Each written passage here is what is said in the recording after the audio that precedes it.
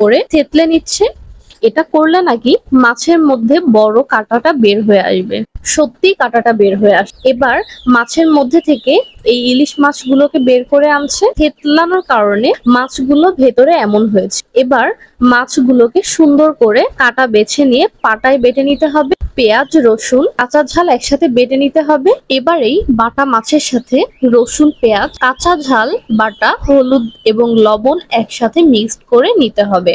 এই মাছ সহ মশলা বাটাগুলো এবার ইলিশ মাছের মধ্যে ঢুকানো হবে।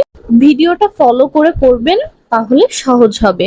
এবার মাছটাকে সেলাই করে নিবে যাতে ভেতরের মশলা সহ মাছ বাটাগুলো বের না হয়ে আসে। ভাজার পরে সুতো ধরে টান দিলেই খুলে যাবে। এবার মাছের উপর কিছুটা হলুদ এবং লবণ মাখিয়ে নিতে হবে। কড়াইতে তেল গরম দিয়ে মাছটাকে ডুবো তেলে এপাশ ওপাশ করে ভেজে নিচ্ছে। এই তো হয়ে গেল ইউনিক ইলিশ ভাজা রেসিপি। এটা কিন্তু